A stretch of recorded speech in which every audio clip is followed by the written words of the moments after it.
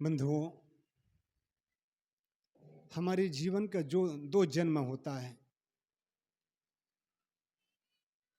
पहला जन्म देने वाला माता पिता जिन्होंने हमें शरीर दिया,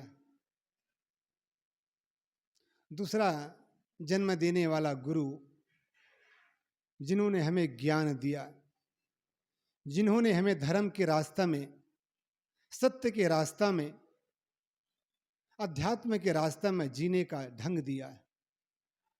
उसको कहते हैं जीवन दान। एक ने दिया शरीर दान, शरीर दिया वो माता पिता। दूसरा है जिन्होंने जीवन दिया।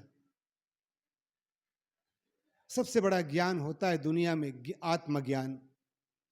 कोई धन का दान करता है, कोई कपड़े का दान करता है, कोई अन्न का दान करता है, कोई नेत्र दान करता है, कोई खून का दान करता है और कोई जमीन का दान करता है।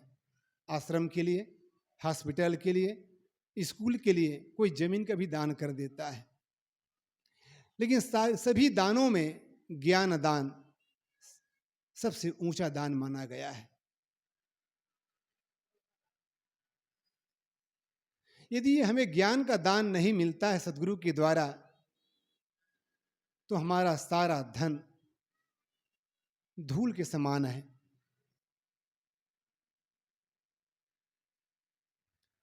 अर्ब खर्ब लय दर्ब है, उदय अस्तलो राज, भक्ति महातम नातुले, ई सब कौने काज। सारी संपदा का मालिक, सारे ऐश्वर्यों का राज या राजा यदि हम बने भी जाते हैं और जीवन में यदि गुरु भक्ति नहीं आती है, हमारा सर, हमारा मस्तक, हमारा हृदय गुरु के चरणों में जब तक नहीं झुकता है, तब तक जीवन का शुरुआत नहीं होती है। इसलिए कहते हैं गुरु बिना जीवन शुरू नहीं होता है। राम कृष्ण से को बड़ा, उन्हू तो गुरु कीन, तीन लोक के वेधनी, गुरु आगे आधीन। जिसको हम जगत के मालिक कहते हैं, जगत के कर्ता धर्ता कहते हैं, उस रामचंद्र जी के तीन गुरु थे। जिसको हम ब्रह्मांड नायक कहते हैं, उस महाराज कृष्ण के भी तीन गुरु थे। उनको क्या जरूरत थी गुरु करने का? वो तो तीन लोक के मालिक थे, ब्रह्मांड नायक कहा जाते हैं। क्रांतिकारी, जिन्होंने बड़े बड़े असुरों को मार करके हजारों लोगों को कैद से छुड़ाया था। उसको क्या जरूरत थी?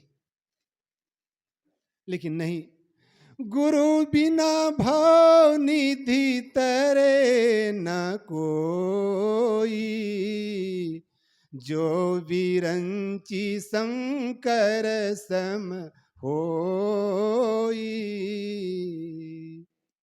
गुरु की बखान गोस्वामी जी ने कहा है, गुरु की बखान राम ने कहा, गाया है। गुरु की बखान, गुरु की भक्ति कृष्ण ने भी कहा है। सारे महापुरुषों ने गुरु की बखान की है, गुरु के चरणों में अपना सिर झुकाया है। इसलिए यदि हमारे जीवन में गुरु नहीं होते तो आज हमारा जीवन कैसा होता है? आप सब देख रहे हैं अपने नजरों से, जो साधु संतों से जुड़ा नहीं है, जो कोई आश्रम में नहीं जाता है, कोई धर्म से रिश्ता नहीं जोड़ा है, आज उसका जीवन देखिए कितना बदतर जीवन है। एक पशु को कहने में शर्म नहीं, लेकिन इंसान को इंसान कहने में शर्म लगता है। किसी ने बहुत सुंदर कहा है, कुत्ता और आदमी में अंतर क्या है? एक बार मैं इस पर कहा भी था, समय नहीं, इस पर ज्यादा नहीं कहूंगा। ये कहने वाला कहता है, भैया कुत्ता और आदमी में क्या अंतर है? यदि कुत्ता को आप शराब पिला दीजिए, कुत्ता को मावा खिला दीजिए, तो कभी इंसान नहीं बन सकता है। यदि वो वैसे खाता नहीं, शराब भी नहीं पीता है, मावा भी नहीं खाता है, लेकिन यदि उसको खिला भी दिया जाए तो कभी वो इंसान नहीं बन सकता है। लेकिन इंसान को दारू पिला दीजिए, तंबाकू खिला दीजिए और जितने भी नशा को खिला दीजिए, वो आदमी से जानवर बन जाएगा। लेकिन कभी पशु इंसान नहीं बन सकता है। क्यों? क्योंकि मनुष्य में संभावनाएं हैं। यह सच है कि पशु मनुष्य नहीं बन सकता, लेकिन मनुष्य पशु बन सकता है, और मनुष्य और इंसान से भगवान भी बन सकता है। क्योंकि जिसको हम राम मानते हैं, जिसको हम कृष्ण मानते हैं, जिसको हम कबीर और बुद्ध मानते हैं, वो भी कौन थे? वो भी एक इंसान था। संकल्प हो हमारा, इंसान हम बनेंगे। संकल्प हो हमारा, इंसान हम बनेंगे। इंसान बन गए तो भगवान भी बनेंगे। संकल्प हो हमारा, इंसान हम बनेंगे। आज तक जिन्होंने भगवान बना है वो संकल्प के माध्यम से। भक्ति में दम है तो भगवान हमसे दूर नहीं। भक्ति में दम है तो भगवान हमसे दूर नहीं। पंखों में दम है तो आकाश हमसे दूर नहीं। प्रार्थना में बल है तो परमात्मा हमसे दूर नहीं। कि भगवान हमसे दूर है? भगवान हमसे दूर नहीं बंधु। सद्गुरु हमसे दूर नहीं है। कल्याण हमसे दूर नहीं है। शांति हमसे दूर नहीं है। बस हमारी शक्ति, हमारी भक्ति में शक्ति नहीं है।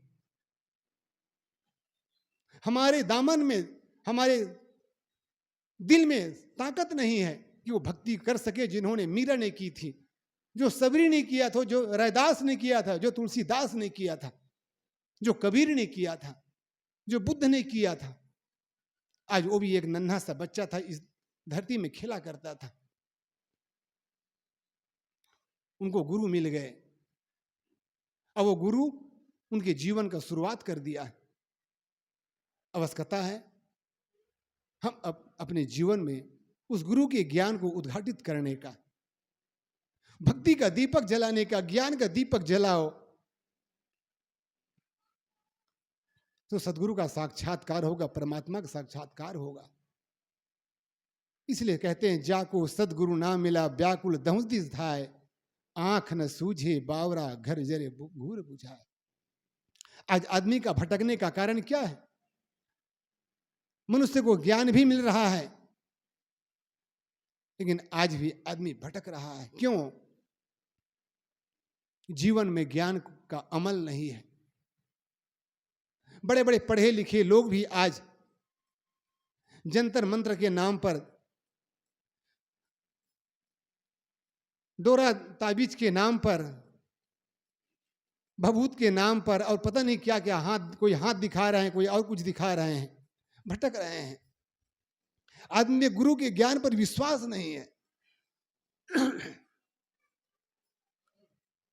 जिस आदमी को गुरु के ज्ञान पर विश्वास नहीं होता है, वो आदमी सचमुच में भटकता है। और जो आदमी गुरु की बात नहीं मानता, वो गधे की बात जरूर मानता है। ये भी सच है। जो आदमी गुरु की बात नहीं मानता, वो गधे की बात मानता है। कैसे? एक बार की बात है, घटना याद आ गई। एक आश्रम था। आश्रम गांव से बहुत दूर में था, लगभग 1 किलोमीटर दूर में आश्रम था। आश्रम में संत रहा करते थे, एक दो संत थे। कुटिया भी बहुत छोटी थी। बहुत दूर से रविवार का दिन था, पूनम का दिन था, बॉम्बे से भक्त आए, अपने प्राइवेट साधन से 4 व्हीलर में आए। संत को बड़ा खुशी हुई, अरे भक्तराज बहुत दिन के बाद आए, आओ आओ बैठो। आओ भगत हुआ, आदर सत्कार हुआ, खाना पीना हुआ। रात बीती, दूसरा दिन भक्त ने कहा, गुरुजी अब जाना चाहते हैं। उन्होंने कहा, अरे बहुत दिन के बाद आए हो, वो भी इतनी दूर से आए हो, एक दिन में क्या होता है, थोड़ा 2-4 दिन और रुक जाओ। उन्होंने कहा, नहीं गुरुजी अब जाना होगा। क्योंकि क्या होता है, जब आदमी आश्रम में आता है तब घर की याद आती है। अब जब घर में रहते हैं तो आश्रम की याद आती है, चलो आश्रम में जाना चाहिए। आश्रम में आते हैं लोग। यहाँ भी कई लोगों का एहसास है, अनुभव है जब यहाँ आते हैं तो यहाँ की हवा, यहाँ की छटा देख करके लगता है वाह साहब क्या आश्रम है, मजा आ गया, बड़ा शांति मिल रही। 2-4 दिन रुक जाओ भाई, कहाँ साहेब, कहाँ रुक सकते हैं। आने के समय तो अच्छा लगता है, 2-4 घंटा होता है, घर की याद आती है। ये सबकी दशा होती है। तो भगत एक रात रुके, जाने की याद आई घर की, तो संत से कहते गुरुजी आप घर जाना चाहते हैं। गुरुजी ने कहा रुक जाओ, एक रात और रुक जाओ, आज भर तो कम से कम रुक जाओ, बहुत दिन के बाद आए, बहुत दूर से आए हो। नहीं गुरुजी जाना ही पड़ेगा, जाना ही पड़ेगा, घर से फोन आ रहा है। अब गुरुजी ने कहा भाई जब बहुत जिद कर रहे हैं तो चले जाओ, ठीक है। अब रोक, जाने वाले को कौन रोक सकता है?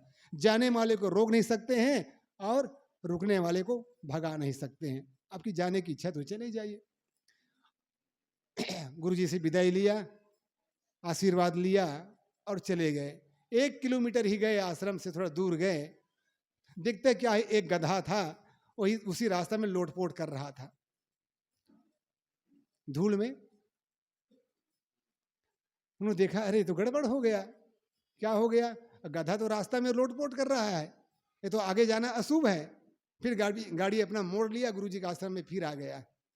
गुरुजी दूर से देखा अरे क्या हो गया, अभी तो भगत जा रहे थे, फोन आ गया, रुकने पर भी नहीं रुक रहा था, कैसे क्या हो गया? गाड़ी खड़ा किया, फिर अंदर आया, गुरुजी से फिर प्रणाम किया। गुरुजी ने कहा अरे भाई क्या हो गया, अभी तो जा रहे थे। गुरुजी क्या करें, जा तो रहे थे लेकिन बीच रास्ते में गधा आ गया। तो गधा आ गया तो क्या हो गया? अरे गधा जो रास्ता में लोटपोट कर रहा था तो रास्ता अशुभ हो गया। अब अशुभ में जाना, रास्ता तय करना तो ठीक नहीं है। गुरुजी ने कहा बेटा गुरु के नहीं मानोगे, गधा तो बात मानोगे। गुरु की बात नहीं मानोगे तो कम गधा की बात तो मानोगे। आज हम सब भी यही क्या कर रहे हैं, गधे की बात मान रहे हैं। ये गधे कौन है? जो हमें धर्म के रास्ता से, सत्य के रास्ते से भटकाते हैं। कोई डॉक्टर ने कह दिया तबीयत खराब हो गई, डॉक्टर ने कह दिया अंडा खाना पड़ेगा तो तुम्हारी तबीयत ठीक हो जाएगी। मुर्गी खाना पड़ेगा, मछली खाना पड़ेगा, विटामिन प्रोटीन मिल जाएगा। अब उसमें बहक गया, डॉक्टर ने कहा साहब खाना ही पड़ेगा। कई ऐसी बातें होती है, ओझा बैगा के चक्कर में पड़ जाते हैं, कोई हाथ दिखाने लग जाते हैं, कोई घर में कोई पंडा पुजारी को बुला करके पानी छिड़काते हैं। किसी ने कह दिया तुम्हारे घर में ग्रहण लगा हुआ है या वास्तु शास्त्र में कोई गड़बड़ी है, तो कोई वास्तु शास्त्र को बुला लिया, पंडा पुजारी को बुला लिया, पूजा पाठ करा रहे हैं, घर को शुद्ध करा रहे हैं। अब छत को बदल दिया, कोई सीढ़ी को तोड़वा दिया, कोई कमरा को बदल रहा है, कोई दरवाजा को बदल रहा है, कोई खिड़की को तोड़ फोड़ रहे हैं। यह है गधा की बात मान करके।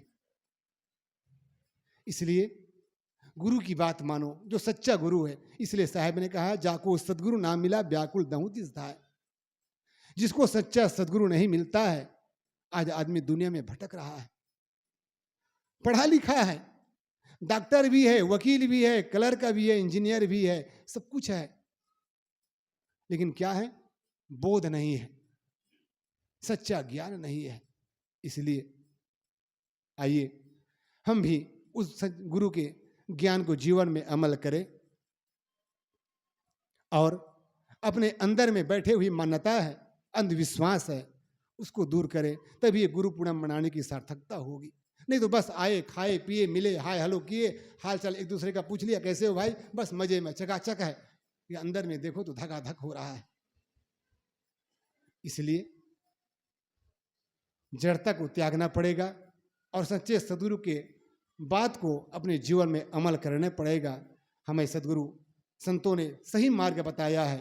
इसलिए आज तक हम भटके, गलत रास्ते में चल रहे, गलत लोगों की बात सुन रहे थे, लेकिन आज से संकल्प ले, आज गुरु पूर्णिमा है, इसलिए आज से संकल्प ले, आज हम सब सदगुरु के बताए हुए सच्चे मार्ग पर चलेंगे, धर्म के रास्ते पर चलेंगे। और जो भी हमारे अंदर कुछ दोष थे, दुर्विचार थे, अंधश्रद्धा थी, उसको आज से छोड़े और अपने जीवन को धर्म के रास्ते पर चले, अच्छा रास्ते में लगाए। और जो भी अपने अंदर बुराइयां है उसको त्यागने का संकल्प ले, तो हम भी इंसान से भगवान बन सकते हैं। जैसे भगवान कबीर बने, महावीर बने, बुद्ध बने। यही साधु गुरु का संदेश है, उपदेश है, निर्देश है। ज़्यादा न कहते हुए अपनी वाणी को वहीं पर विराम देता हूँ और आप सबको धन्यवाद देता हूँ। इस महापर्व में आप सब आए, अपने बाल बच्चों को लाए, इसके लिए बहुत बहुत धन्यवाद। ऐसे ही आप सब आते रहे, गुरु संतों से प्रेम लगन लगाए रहे, तो हमारी जीवन सफल हो जाएगा, सार्थक हो जाएगा। बोलिए सतगुरु देव की जय, सतगुरु कबीर साहेब की जय, साहेब बंदगी साहेब। साहेब।